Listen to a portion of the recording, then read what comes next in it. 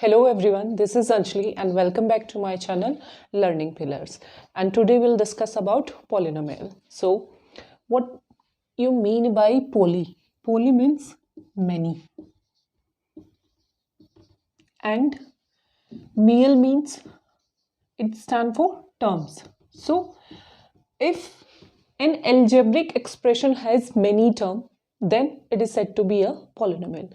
For example, I have an algebraic expression like this. So how many terms are here? There are 3 terms, okay? And this is an algebraic expression in x. So it is a polynomial of 3 term and how many degree? 2 degree. So on the basis of degree and term, we must have classified it. So on the basis of degree and term, polynomial can be classified into 2 category. So you have to know about the type of polynomial on the basis of term and on the basis of degree of variable term. Okay. So type of polynomial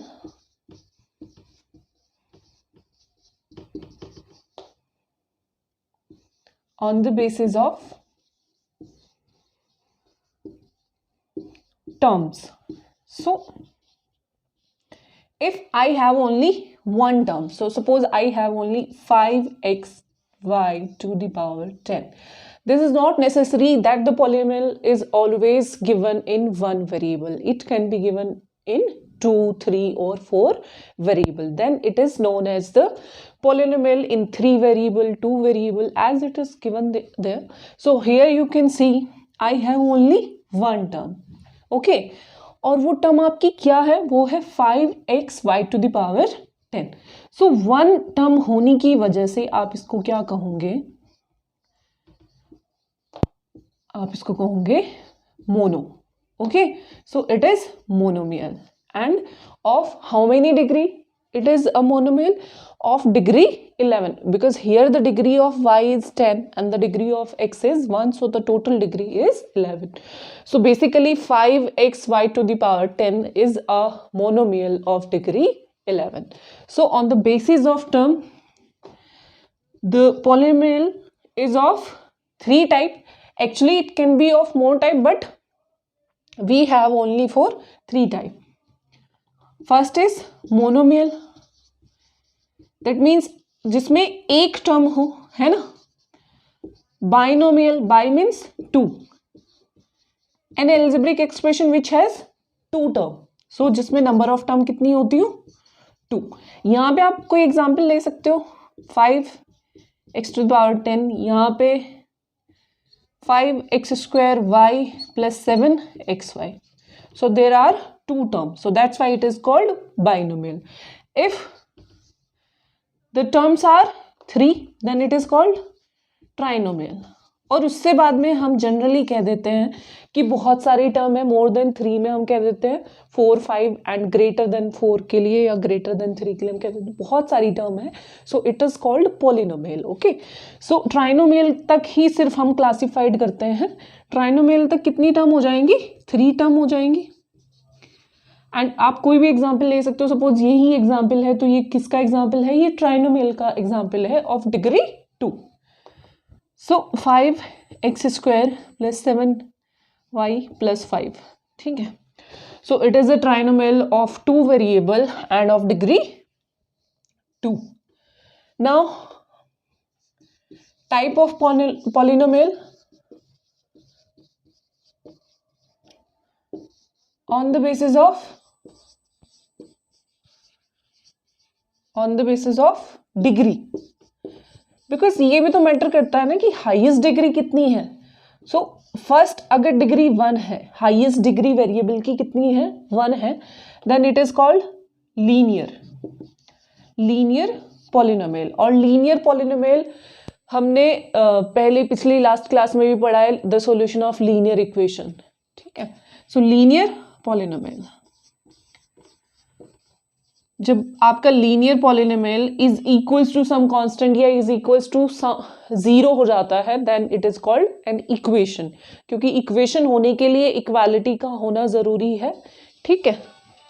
so it is linear polynomial आपका हो जाएगा कुछ इस तरीके से ax plus B, ठीक है। अब ये जरूरी नहीं है कि यहाँ पे हमेशा दो ही टर्म हो, अगर यहाँ पे एक टर्म भी है तभी भी it is called linear polynomial. और इसको इस केस में क्या बोलोगे, linear monomial. When it has two terms then it is called linear binomial, ठीक है। देन सेकेंड में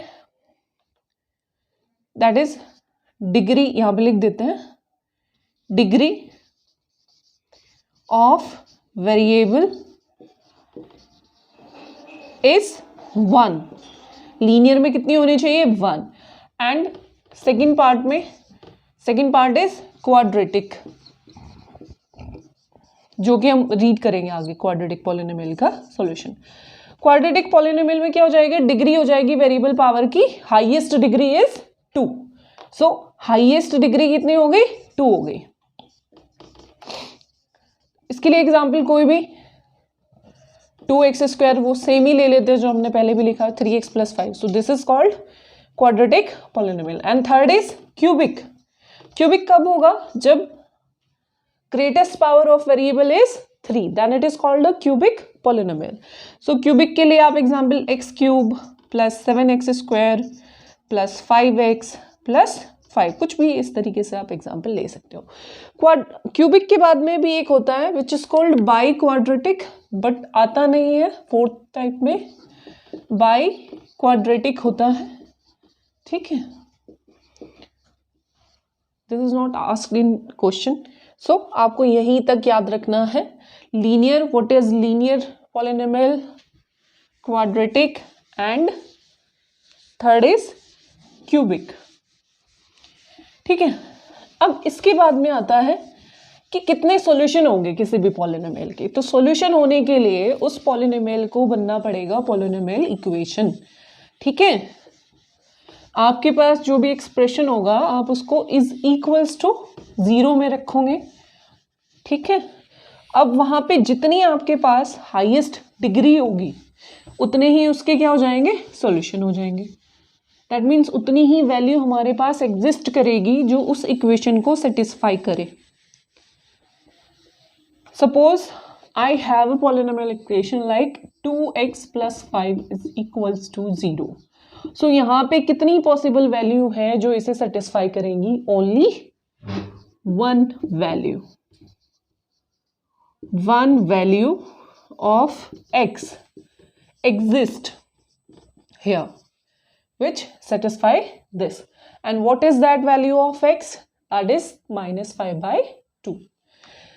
If I have an expression like 2x + 3x + 7, I must have here two solutions, and those solution can be equal also. That is not necessary that two value of x should be always different here, but how many maximum solution I can have, only two solution. If I have an equation like this, 2x³ + 5x² + 7x + 9, so I must have here 3 solution. So that solution or that value of x is known as, generally solution को हम क्या कहते हैं, roots और zeros, ठीक है। सो अगर वो आपको जीरोस कहीं पे फाइंड करने के लिए देते हैं या फिर रूट्स फाइंड करने के लिए देते हैं या सॉल्यूशन फाइंड करने के लिए देते हैं, that means you have to find those value of x which is satisfied by this equation. At those value of x this expression is equals to 0। So first type में वो आपसे क्या पूछेंगे, वो आपको हो सकता है इनका ग्राफ गिवन हो और आपसे पूछे just look at the graph and tell us how many zeros और how many values of x और how many solution exist here, जैसे कि आपकी पहली एक्सरसाइज में गिवन है क्लास 10th CBSE में आप और ICSE दोनों में ही आपको ग्राफ गिवन होता है और आपसे पूछते हैं tell us how many solution exist here. So आप कैसे फाइंड करोगे कितने सॉल्यूशन वहाँ पे एग्जिस्ट करेंगे? सपोज आपको कोई ग्राफ इस तरीके से गिवन है, फर्स्ट ग्राफ आपका ये है, ये फर्स्ट पार्ट हो गया, एंड सेकेंड ग्राफ आपका कुछ इस तरीके से है, and third graph is like this.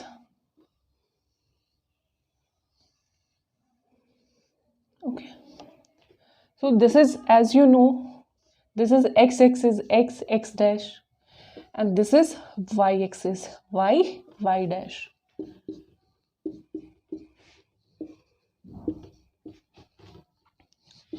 So how many solution exist here? The solution equals to the number of point which are intersected by the given graph on x axis. ठीक है, वो point जो आपके graph ने x axis पर cut किया, जितनी बार उन्होंने कट किया आपके ग्राफ ने, वो पॉइंट, नंबर ऑफ पॉइंट आपके क्या हो जाएंगे? सॉल्यूशन हो जाएंगे. एज यू कैन सी यार, यहाँ पे सिर्फ एक ही पॉइंट है, ये है ना, सिर्फ ये पॉइंट है जो इस ग्राफ ने आपका पी एक्स क्या है, ये है यहाँ पे. ठीक है, ये आपका पॉलिनोमियल है, ये आपका पॉलिनोमियल है जिसका आपने ग्राफ यहाँ पे ड्रॉ किया है, ये आपका पॉलिनोमियल है. तो इस पॉलिनोमियल के कितने सॉल्यूशन है यहाँ पे? इसके कितने सॉल्यूशन है? 1 सॉल्यूशन, और you can write 1 0 1 0. And here you have to look only those point which are intersected by the graph only on x-axis. You can see here the total number of points are 4 जो आपके graph ने cut किए हैं. So 4 zeros exist here. Now look at this graph. This graph is different from first and second. Why? Because there is a touching point. It is not intersecting here. The graph is not intersecting on this axis. You can see at 2 point this graph only touch x-axis. तो अब क्या करें? इन point को हमें consider करना चाहिए कि नहीं करना चाहिए? So answer is yes. हमें कंसीडर करना है, उनको काउंट करना है, वो भी क्या होते हैं? सॉल्यूशन होते हैं. ठीक है. और टच पॉइंट में आपका कितना पॉइंट कंसीडर होगा? सिर्फ एक ही पॉइंट पे टच करता है ग्राफ. ठीक है. तो 1 और यहाँ पे कट कर रहा है 2, 3 and 4. So again here 4 zeros exist. ठीक है. सो ये है आपका, किस तरीके से आपसे पूछा जाएगा. फिर इसके बाद में आपसे रिलेशन फाइंड आउट करने के लिए पूछते हैं. Find out the relation between the coefficients and the zeros of the polynomial. And generally quadratic and cubic polynomial given होता है. ठीक है. सो हम देख लेते हैं पॉलिनोमियल, क्वाड्रेटिक पॉलिनोमियल क्या है आपका. Suppose p x is equals to a x square plus b x plus c. ठीक है. तो यहाँ पे आपके डिग्री है 2, तो कितने रूट्स यहाँ पे एग्जिस्ट करेंगे या कितने जीरोज यहाँ पे एग्जिस्ट करेंगे? 2. Suppose those are alpha and beta. इन कोफिशिएंट क्या है? कोफिशिएंट है एक्स स्क्वायर टर्म का कोफिशिएंट ए, एक्स का coefficient b and the constant term is called c. So आपको इनमें और इनमें एक रिलेशन फाइंड आउट करना होता है. वो रिलेशन कैसा होता है? वो रिलेशन कुछ इस तरीके से होता है कि अगर आप हमेशा जो आपके सॉल्यूशन आए हैं उनको आप ऐड करते हो, प्लस करते हो, तो हमेशा किसके इक्वल आता है? माइनस बी अपॉन ए. ठीक है. और अगर आप उन दोनों को मल्टीप्लाई करते हो so that is always equals to c by a. If the polynomial is cubic, और जब आप सॉल्यूशन निकाल रहे हो तो सॉल्यूशन के लिए आप p x is equals to 0 लिखोगे. ये मत सोच लेना कि मैम ने तो p x is equals to this लिखा है तो solution, how we have to find solution. To find the solution of any polynomial you have to put that equals to 0. You have to make the equation first. So here the another polynomial is ax cube plus bx square plus cx plus d, and only sometimes it is asked, generally the question will be asked from the quadratic polynomial. So if you have to prove the relation between the variable coefficient of the equation and the zeros. How you can find here? First of all, how many zeros lies here? How many zeros you can find? You can find 3 because the degree is 3 of the equation. So you must have 3 solution for x which satisfy this polynomial is equals to 0. ax cube plus bx square plus cx plus d. So मेरे पास 3 value होंगी जो इसमें आप बारी बारी से रखोगे तो उन सब की वैल्यू कितनी आने वाली है? 0 आने वाली है. ठीक है, तो यहाँ पे आपके पास कोफिशिएंट कितने हैं? 4, a b c and d. तो यहाँ पे आपका सबसे पहले क्या होगा? Plus is equals to same minus b upon a. Now when you are going to find the multiply of these three, so you can find the multiply in 2 ways. First, you can multiply only 2 of them at one time. That can be written as like this: alpha beta, beta gamma and gamma alpha. Okay, and if you are going to multiply all of 3 them, so the multiplication will be like this. ठीक है, तो यहाँ पे ये किसके equal होंगे? तो आपका जो सीक्वेंस चलता है कुछ इस तरीके से चलता है. आपके साइन होते हैं minus plus and so on. और आपका डिवीजन में हमेशा जो हाईएस्ट डिग्री होती है उसका कोफिशिएंट रहता है. ठीक है, एंड यहाँ पे जब आप प्लस कर रहे हो उनका तो b इससे जस्ट जो लेस पावर सिर्फ एक कम डिग्री का जो आपका टर्म है उसका कोफिशिएंट न्यूमरेटर में आता है और डिनोमिनेटर में हमेशा एक्स क्यूब का या हाईएस्ट जो एक्स की टर्म होगी उसका कोफिशिएंट आएगा. ठीक है, सो यहाँ पे alpha beta, beta gamma, gamma alpha is equals to हो जाएगा सी, क्योंकि बी से जस्ट नेक्स्ट कौन है? सी. और क्या ये माइनस का होना चाहिए? आंसर इज नो, बिकॉज हमारा ऐसे चलेगा सीक्वेंस माइनस प्लस, इस बार आपका माइनस का हो जाएगा और यहाँ पे कौन आएगा न्यूमरेटर में? डी अपॉन ए. ठीक है, तो ये आपके लिए रूल है. क्वेश्चन हम नेक्स्ट क्लास में डिस्कस करेंगे. ठीक है, this is all for today. Will meet tomorrow. Please don't forget to subscribe, share and press the like button. Thank you so much. This is all.